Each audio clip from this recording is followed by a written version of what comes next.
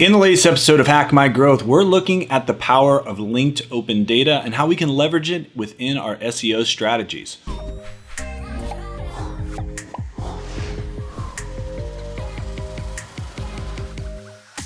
Hey, thanks for checking out this video. If this is your first time watching, or maybe been watching a while and you haven't hit that subscribe button, please do so now. We create new content each week to help you get the most out of your digital marketing activities.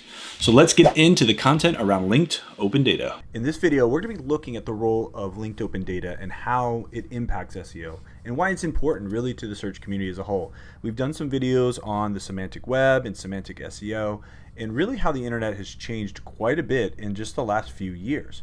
Now, if you don't have any background in that, that's okay. We're going to be going into this step by step so that you can actually leverage the power, or at least start to look for ways to leverage the power of linked open data. So what is linked open data? So from w3.org, they define it as this. Linked open data defines a vision of globally accessible and linked data on the internet based on RDF standards of the semantic web. Linked open data is often thought of as a virtual data cloud where anyone can access any data that they are authorized to see and may also add to any data without disturbing the original data source. So what it does, it actually opens up data to be used by everybody.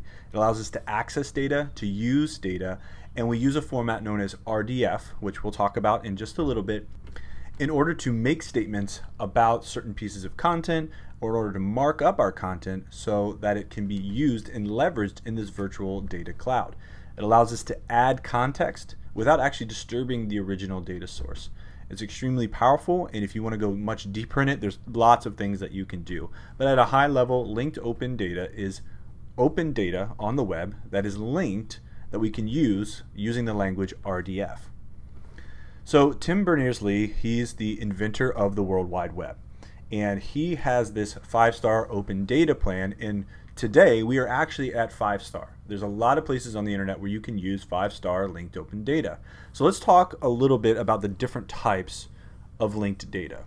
The first one is just making stuff available online in any format. This could be like a PDF, right? A PDF, you can get it online, you can download it, but you can't do anything with it. You can't like edit the PDF, you can't link out from that PDF and connect it to other sources. It just is what it is. The second type of linked data was having structured data, and you can think of this like as an Excel table where you can download it, you can manipulate the data, but you have to have Excel in order to use that. Now 3-star open data makes it available in a non-proprietary format. So this is where we could have assets using CSV. So it's not tied in just to Excel, but anybody who has a program that can read a CSV file would then be able to access that data and use it on their own. 4-star open data, it allows us to use URIs to denote things so that people can point to your stuff. So this is where you may have a table, a structured table on your website with data information in it. It's not in a CSV format, it's an HTML format, so it can be linked to. It can't be used to provide context. It's just a web table. And 5-star linked open data is data that's linked to other data to provide context. So this is where you maybe have a table of prices of a certain thing that you're selling online. So you'd have a table of the different prices. But with linked open data, underneath that, you would also have linked data to more context about the products themselves. Are they in stock? Are they not in stock? This is where you would add all that structured element with linked open data, providing context to what each of those data points inside that table actually mean. We've talked a little bit about data points and linking to data, and we use this term called RDF. So what is RDF and what are RDF triples? So RDF stands for Resource Description Format, and it is the standard for web data. It allows data to be linked anywhere and to be grounded in semantic descriptions of that data. So the core data model is very simple. We use something called a triple that organizes this data into an RDF graph. So as we can see right here, this is the simple formula for RDF. We have a subject, we have a predicate, we have an object. If you think about that at a high level, you can go back to basic English or basic language principles that we learned about in elementary school. My name is Bob. I'm talking about me, and I'm giving you a predicate name is, or is, right? And the object Bob. So my name is Bob. I follow that subject-verb agreement, is what we would call it in the English language. But it's very similar when we're talking about triples. So if that helps, that's a way that I use it a lot, how triples describe things. The only thing that we're doing differently is we're describing it within a data format. So if we look at an example, like online, you could do it like this. Your company, so your organization, what does it do, or what is it doing? It sells a product. So you can have an RDF statement like that. So you'd have your company, widget world, and points to the product that you sell, the widget, and the action you take is that sell. And you can actually create that annotation within RDF to say, your company sells a product. But it's not so simple as that all the time. There's a lot of other factors that we can add into this, and this is the power that RDF has. This is the power that linked open data has, because if we look at this, it's very ambiguous. We don't know who the company is. We don't know what the product is. We don't know anything about the product. We just know that a company, your company, some company, sells something. But we can use these RDF triples to expand the context. So we could have company, and with that we can link out to the company name. We can link to the company's location, who founded the company. And then if we go to the other side and we look at products, we can add more predicates and more connections. We can talk about the name of the product, the price of the product, the description of the product, and is that product even in stock? So we take the same information and we keep attaching more and more levels of information and data to it. It completes really the sentence that we're saying, and it allows us to have a lot more context. So this is why the linked open data structure is so important to the web today, because it allows us to have that deep context. So RDF is a simple concept that can be expanded into making what we said before, an RDF graph, where now we've got more and more information compounding on it. We can go deeper and deeper and add more context. So why is this even important? So linked data places structure on the World Wide Web so that it may be found, shared, and combined with other people's data. It frees that data up from a proprietary container so that we all can use it. This allows us to take data and information online and add more context to it. It allows us to add more context to our own information, our own content, our own data that we have, and allows us to really expand the use of that information on the web. So why does this matter for SEO? Linked data is what drives enhanced search results. 100%. This is what Google uses. It's building their knowledge graph, and we've talked a little bit about knowledge graph building and the importance of it on this channel before. And really what it does is it allows machines to understand the context of your website. So if we go back to this example here, a lot of people on their website, if you just have your company sells a product and you have all this information in maybe 4-star data, it's just in a table, a search engine can gather some information about it. But when we mark it up using schema.org, which is a way that we can actually annotate using linked open data, we can actually add context. So we can use organizational markup here and give the name and the location of our company. We can give markup about our prices and the name of the products we're selling in the descriptions. And that allows us now to earn those enhanced search results. So it's extremely important today in the world of SEO to leverage linked open data, because it gives context into our web pages in a way that a machine can understand.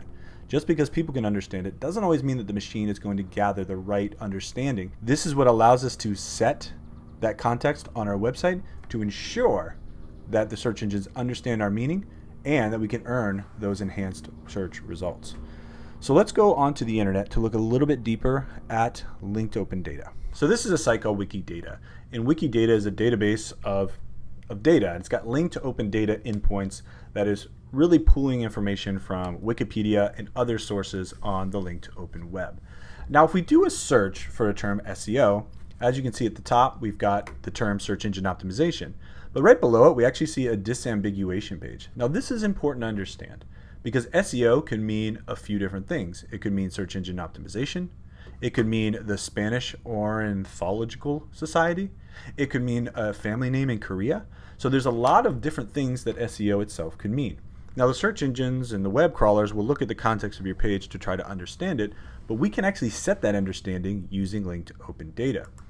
Wikidata allows us to see some special things. It allows us to see SEO in different languages. If we can go, it's an instant of, so right here we're talking about triples, right? So SEO could be an instance of a professional skill. It could be a specialty. It could be a subclass of, so that's the predicate of internet marketing. It could be spoken text audio, and here they are talking about SEO. It could be pronunciation. You could pronounce it a certain way. It could be practiced by. As you can see, there's a lot of triples that are attached to the term SEO. Now, why does this matter? Well, if I'm in SEO, I need to understand that SEO is a subclass of internet marketing. And if I'm not using the terms internet marketing, I might not be really extending the full comprehension of the term I'm using on my website. And also, I can mark up my website to say that we're talking about SEO, which is a subclass of internet marketing. We can do that within linked open data, whether it's schema.org or a traditional RDF statement. Now, what's really cool about Wikidata is they've got a query service. So you can actually run a query here and put in the Wikidata ID that you want to look at and actually visualize what this means. I like to do this just to get an understanding sometimes of the depth of where we can go. So SEO is an intentional human action. It's something that people actually have to do. It doesn't happen on accident. It's also marketing. It's also digital marketing and internet marketing. It's also an activity. It's done by people. So someone can do SEO. It has a process to it. It can be planned. There's ways that we can mark up these terms on our website and mark them up as an entity, right? That's separate than a keyword. And we've talked a lot about entities on this channel. And add these different attributes in order to make our site more machine readable from an SEO standpoint. So what does this look like from an SEO standpoint itself? So here we've got Simplified Search, and this is our website where we sell our structured data courses, and we talk a lot more specifically about structured data and give free resources. We've got tools on this site that you can use to generate structured data. But we also use structured data on this website. Now, if we use this Chrome browser here, we can actually see that there's a lot of microdata on this website. So Simplified Search is a web page. It's got navigational elements. So this is all the microdata that we're pulling. If we look at the JSON LD, you can see some more. There's search actions. It's an organization. So there's an organization behind this website. We've got articles here using schema article. We use website. We've got name, alternative names. We've got a publisher connected to it. So there's multiple RDF statements. There's multiple linked data points right here. We're using WordLift on this site to build our knowledge graph underneath this site. And now we can annotate these pages. The same thing goes for a case study or a blog article like we have here. Again, if I run this same structured data tool, we can see that we've got a person. And that person has a name, and his name is Ryan Shelley. That's me. And if we look at the JSON LD, we'll see some of the entities that we've tagged on this page. So we've got the entity rich feature, which is a thing. And we've got a linked open data point right here to our featured snippets that we're talking about. But we also got same as connections here with Google, as well as other URLs. Now we use these same as connections again to create context, and this is what allows our entities to be found, indexed, and understood from the machines. So as you can see, linked open data can play a huge role in adding context to a web page and influencing how the search engines understand our page. Now, if the end goal of a search engine is to deliver the most intentional based results, the results that meet or match the intent of the search user, they first need to understand the context of our content. So as you can see, this plays a huge role in giving that context by using linked open data to structure our content and feed into the world of linked open data, but also into Google and their knowledge graph so that they can have a better understanding of our site and give us a higher chance to earn that ranking that maybe we believe we deserve. So today we talked about the role of linked open data and how it plays a role in the world of SEO. If you have any questions, please comment below. We'd love to continue that conversation with you. And until next time, happy marketing.